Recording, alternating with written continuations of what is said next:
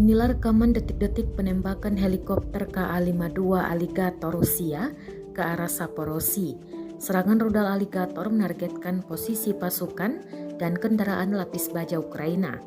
Rekamannya ramai beredar di Telegram pada Minggu 2 Oktober 2022. Helikopter serang Rusia diduga lepas landas dari sebuah pangkalan di lokasi yang dirahasiakan, lalu melepaskan tembakan ke sasaran yang tidak ditentukan.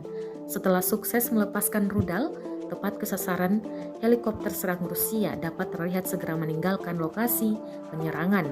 Diketahui sejumlah peralatan tempur canggih diturunkan militer Rusia, seperti helikopter KA-52 Alligator yang ditugaskan menyerang kendaraan lapis baja Ukraina.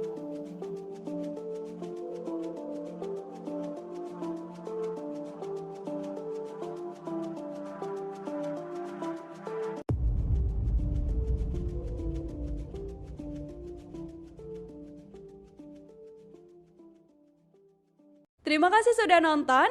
Jangan lupa like, subscribe, dan share ya.